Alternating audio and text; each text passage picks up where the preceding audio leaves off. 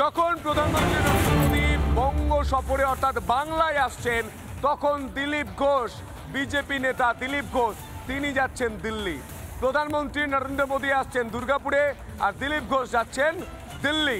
দিলীপ ঘোষের সঙ্গে কথা বলছে রিপাবলিক বাংলার প্রতিনিধির কথা বলছে দমদম এয়ারপোর্ট অর্থাৎ দমদম বিমানবন্দরে দাঁড়িয়ে দিলীপ ঘোষ তিনি ঠিক কি বললেন শুনবো। কর্মীরা ডেকেছিলেন তাই আমি হ্যাঁ করেছিলাম। পার্টি ডাকেনি, হয়তো পার্টি চায়ও না আমি যাই, অস্বস্তি হবে, সেই জন্য আমি যাচ্ছি না দুর্গাপুরে মাননীয় প্রধানমন্ত্রীর সভায়। দিল্লিতে বিশেষ কাজে যাচ্ছি, পার্টির আমাকে কর্মীরা ডেকেছিলেন তাই আমি হ্যাঁ করেছিলাম।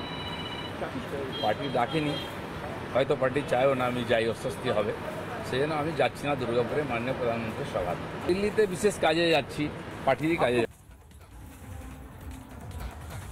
দিল্লি গেলেন দিলীপ ঘোষ, বিজেপি নেতা দিলীপ ঘোষ দিল্লি গেলেন। এই মুহূর্তে বড় খবর, যে খবরে নজর রাখতে হচ্ছে, দিল্লি চলে গেলেন দিলীপ ঘোষ। দিলীপ ঘোষ বলছেন কর্মীরা বলেছিলেন তাই আমি দুর্গাপুরের সবাই আসবো, হ্যাঁ বলেছিলাম কিন্তু পার্টি চায় না, আমি দুর্গাপুরে থাকি, পার্টির কাজ নিয়ে আমি দিল্লিতে যাচ্ছি বলছেন দিলীপ ঘোষ। বিজেপি নেতা দিলীপ ঘোষ, এ বাংলার বিজেপি নেতা দিলীপ ঘোষ, যে দিলীপ ঘোষ প্রাক্তন রাজ্য সভাপতি, সেই দিলীপ ঘোষ প্রধানমন্ত্রী নরেন্দ্র মোদী বাংলায় আসছেন, তিনিই থাকছেন না মন্ত্রী, তিনিই মঞ্চে জায়গা পাচ্ছেন, তিনি চলে যাচ্ছেন দিল্লি।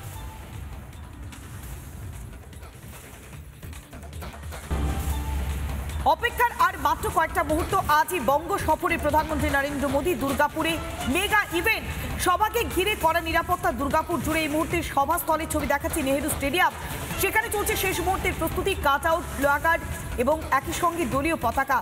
জোর কদমে চলছে প্রস্তুতি, একাধিক প্রকল্পের শিলান্যাস করবেন বাংলার জন্য।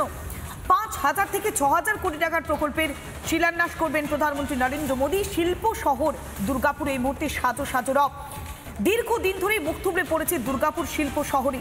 শিল্প নগরীতে যেভাবে একের পর এক কলকারখানা বন্ধ হয়েছে, একের পর এক জায়গাতে যেভাবে লকডাউনের পরিস্থিতি তৈরি হয়েছে, আর তাতেই নতুন করে আশা দেখছেন এবং নতুন করে স্বপ্ন দেখছেন দুর্গাপুরবাসী।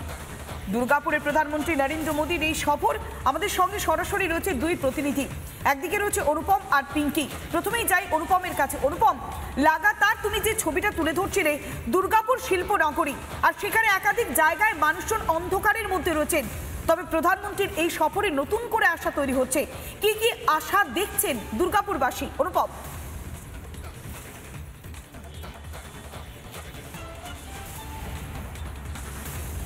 দেখো, আজকে সকালে যখন ভোরে সূর্যটা উঠেছে, সেই ভোরের সূর্য দিয়ে এক নতুন স্বপ্ন দেখা শুরু করছে দুর্গাপুর।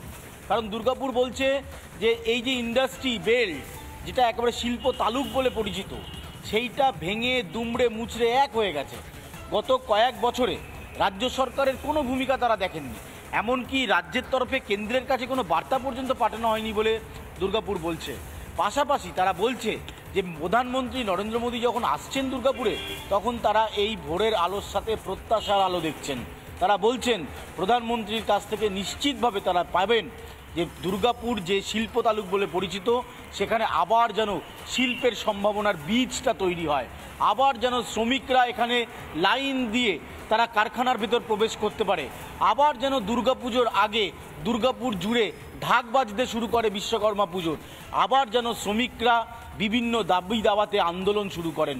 ফলে শ্রমিকদেরকে নিয়ে এই দুর্গাপুর যে শিল্প তালুক, সেখানে শ্রমিকরা আজ অন্ধকারে রয়েছে, যেমনটা তুমি বলছিলে।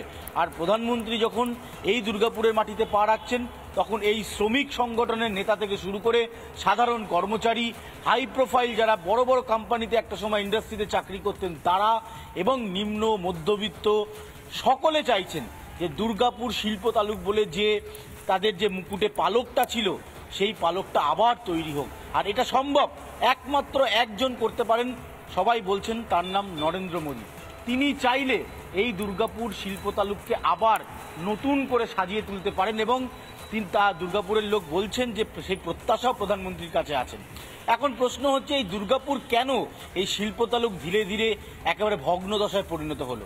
গত কয়েক দশকে এখানে একের পর এক ইন্ডাস্ট্রি বন্ধ হয়েছে।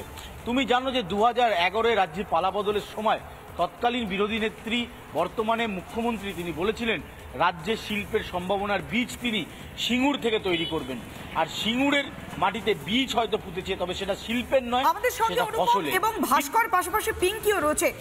নানা ধরনের কন্টেন্ট দেখার জন্য লাইক করুন, শেয়ার করুন আমাদের ফেসবুক পেজ, সাবস্ক্রাইব করুন আমাদের ইউটিউব চ্যানেল।